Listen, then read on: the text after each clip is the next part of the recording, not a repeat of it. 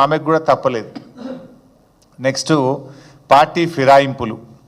ఈ సరఫరా సీఎం ఫిరాయింపుల మీద ఎలా మాట్లాడిండో, ఎలా మాట ఫిరాయించిండో కూడా ఒక్కసారి చూద్దాం.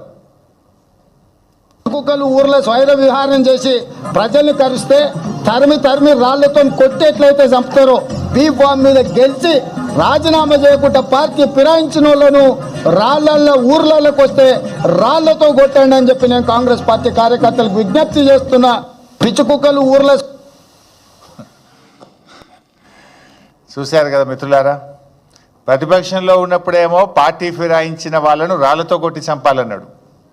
అధికారంలోకి వచ్చిన తర్వాత ఇల్లు గడప గడప తిరుక్కుంటూ కడుపులల్లో తలబెట్టుకుంటూ పార్టీలో కండువాలు కప్పి ఎట్లా చేర్చుకున్నారో కూడా మనం చూస్తూ ఉన్నాం.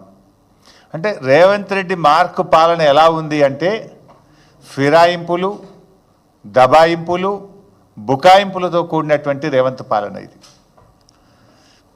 ఇంత స్పష్టంగా పార్టీ ఫిరాయింపుల విషయంలో ఎంత నిస్సిగ్గుగా ఆయన మాట్లాడిండో కూడా మనం చూసాం.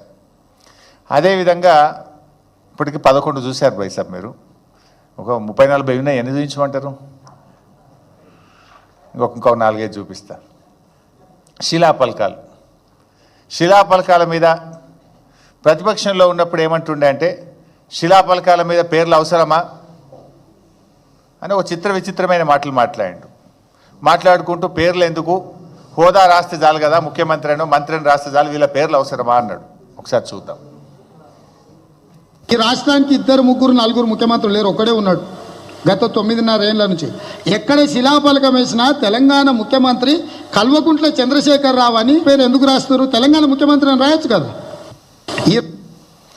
ఇప్పుడు ఏమైతుంది తెలుసా వైసాబ్? అప్పుడేమో పేరు రాస్తే పేరే వద్దన్నాడు, ఇప్పుడు ఫోటో పెట్టుకున్నాడు ఈయన.